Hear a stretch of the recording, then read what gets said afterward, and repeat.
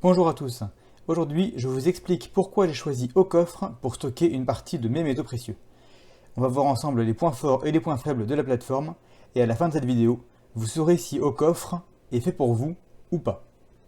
Je vais en profiter pour répondre à toutes les questions que j'ai eues à la suite de ma première vidéo sur le sujet, et c'est parti.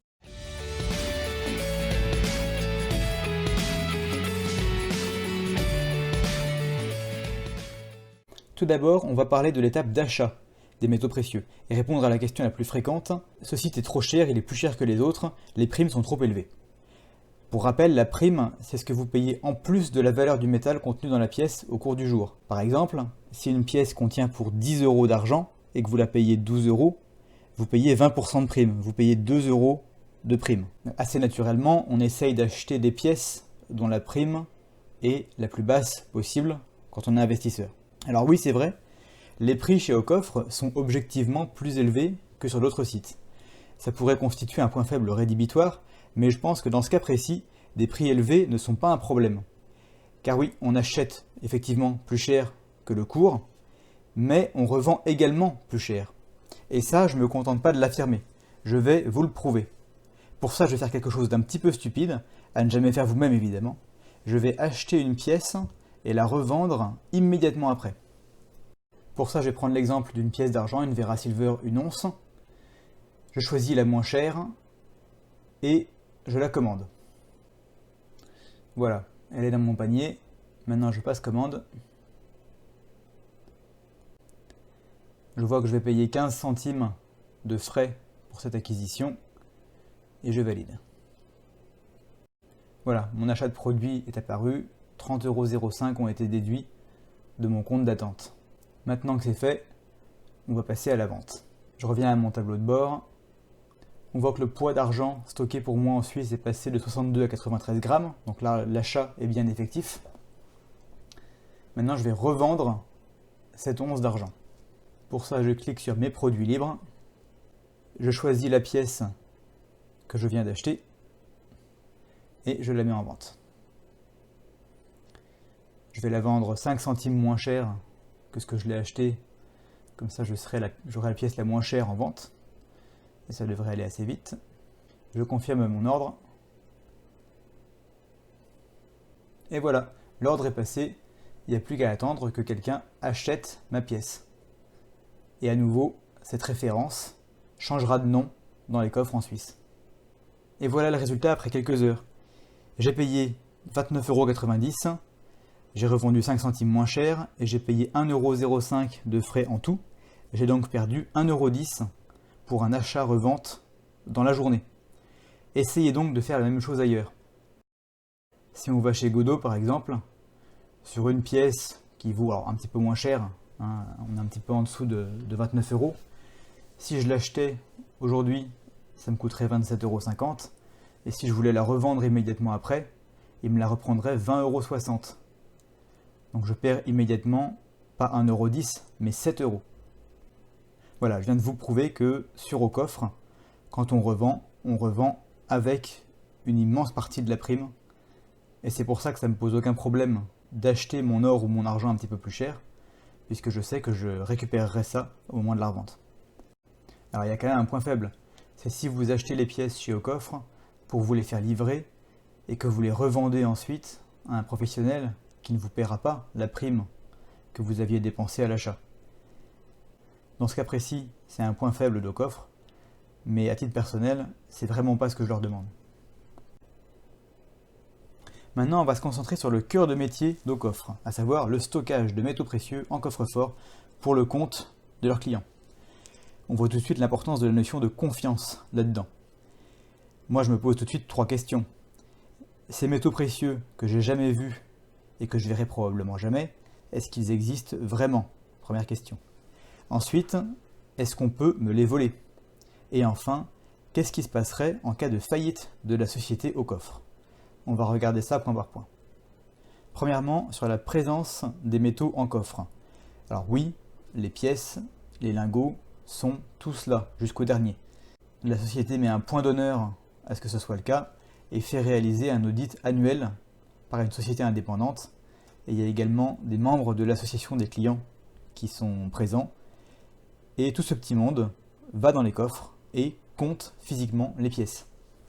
Si vous voulez avoir accès aux rapports de ces audits, ils sont tout en bas de la page audit de nos coffres.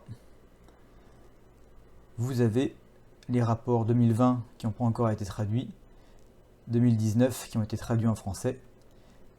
Et si par exemple c'est les pièces d'argent qui vous intéressent, vous cliquez dessus et vous avez accès au rapport type de pièce par type de pièce.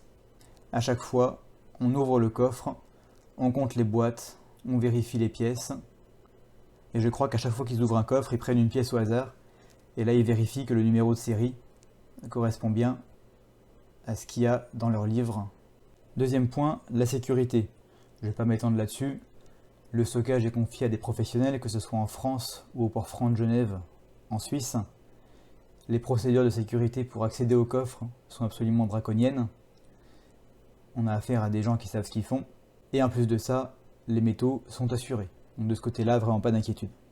Dernier point, et le plus intéressant à mon avis, qu'est-ce qui se passe si jamais la société au coffre fait faillite? Et oui, il faut bien être conscient qu'en faisant appel à un intermédiaire comme au coffre, vous prenez ce qu'on appelle un risque de contrepartie. Le seul moyen d'éviter ce risque, c'est de tenir la pièce d'or dans votre main. À partir du moment où elle est ailleurs que chez vous, il y a un risque de contrepartie. Que ce soit une banque, une société, un courtier qui la garde pour vous. Vous devez vous demander ce qui se passera le jour où cette entreprise fermera. En ce qui concerne la société au coffre, c'est très clair. L'or, l'argent que vous possédez par leur intermédiaire vous appartient à vous. Il n'est pas inscrit au bilan de l'entreprise. C'est le paragraphe 22 des conditions générales. En cas de faillite de la société, les membres conserveraient la propriété de leurs produits déposés dans le coffre. Et moyennant le fait de prendre contact avec les organes responsables de la procédure de liquidation, eh bien, ces produits leur seront restitués. Il faut savoir que ce n'est pas le cas partout. Certains courtiers sont propriétaires des métaux précieux, qui apparaissent donc à leur bilan, et en cas de faillite de ces sociétés-là, eh bien, les clients n'ont pas d'autre choix que d'aller faire la queue avec tous les créanciers, pour récupérer peut-être une partie de ce qu'ils ont déposé. Maintenant qu'on a bien examiné le problème de la confiance qu'on accorde au coffre, il va se poser la question de savoir combien coûte le fait de faire garder ces métaux précieux de manière aussi rigoureuse. Il vous en coûtera 5 € par mois pour les petits montants, plus si vous stockez plus de métaux, mais je ne m'étends pas trop là-dessus parce qu'il y a un moyen d'éviter les frais de garde complètement. Ça s'appelle le LSP, je vous en ai déjà parlé, et je vais vous faire une petite démonstration pour ce mois-ci. J'enregistre cette vidéo début décembre, et comme vous pouvez le remarquer, dès que je me connecte, le site me rappelle que j'ai mon achat LSP de décembre à faire. Cet achat me permettra de ne pas payer de frais de garde pour le mois de décembre. Je vais le faire immédiatement, comme ça vous verrez comment ça se passe. Comme j'ai acheté de l'or la dernière fois, aujourd'hui ce sera une pièce en argent. Je prends la pièce la moins chère avec le petit bandeau LSP et le LSP marqué ici. Vera Silver 1 once. Je commande. Voilà, je m'apprête à acheter la pièce d'argent qui appartient à un autre membre de la plateforme. Elle ne bougera pas de son étagère dans le coffre en Suisse. C'est juste que dans les registres, le numéro de série qui y est associé aura mon nom en face à partir de maintenant. J'utilise mon compte d'attente disponible pour payer mon achat et je valide la commande. Et voilà, achat de produit pour 29 €. On voit que mon compte d'attente a été débité de 29,75 €. Et si je retourne voir sur mon tableau de bord, si je regarde ici en Suisse, à la ligne argent, je suis passé de 62 à 93 grammes. On m'a bien rajouté 31 grammes, soit une once d'argent. Enfin, le petit bandeau qui était rouge est devenu vert et m'indique que j'ai bien effectué mon achat LSP pour ce mois. En conclusion pour le stockage, je vois vraiment pas ce que je pourrais demander de plus. Pour moi, il n'y a aucun point faible dans l'offre qui nous est proposée. En plus de ça, si on se débrouille bien, le stockage peut être gratuit. Troisième point, très important lui aussi, il s'agit de la revente. La liquidité est assurée par les 10 000 membres actifs de la plateforme. Comme vous l'avez vu lors de ma petite cascade de tout à l'heure, j'ai réussi à revendre ma pièce dans un délai très raisonnable, quelques heures à peine. J'ai fait ça depuis mon canapé et en plein confinement, alors que ma boutique habituelle est fermée. J'ai pu revendre avec la prime et sans payer de taxes. Alors là, bien sûr, j'ai pas réalisé de plus-value, donc j'en aurais pas payé de toute façon. Mais il faut savoir qu'au coffre applique les lois les plus favorables en termes de fiscalité. Vous ne paierez pas d'impôt en dessous de 5 000 € de revente pour tous les jetons ou toutes les pièces à cours légal. La seule remarque que je pourrais formuler concerne l'ergonomie du site internet. Elle est vraiment pas au top, je leur en ai touché 2 mots et ils m'ont dit qu'ils en étaient conscients et qu'ils travaillaient à une refonte complète de leur site. Je ne sais pas pourquoi ils ont prévu ça, mais en tout cas c'est dans les cartons.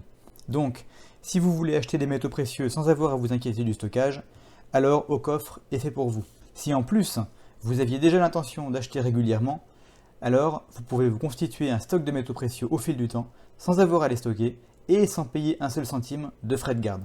Par contre, si vous voulez juste acheter un Napoléon ou deux et que vous voulez vous les faire livrer pour les stocker dans votre grenier, vous aurez probablement meilleur compte de faire appel à une boutique près de chez vous. Voilà, j'espère que cette vidéo vous a aidé à y voir plus clair sur l'achat, le stockage et la revente de métaux précieux avec Au Coffre. Ça fait bientôt 1 an que je suis client chez eux et comme vous pouvez le voir, je continue d'acheter. Si c'est la première fois que vous venez sur la chaîne et que la vidéo vous a plu, pensez à vous abonner pour voir plus de contenu comme celui-ci et je vous retrouverai la semaine prochaine avec grand plaisir.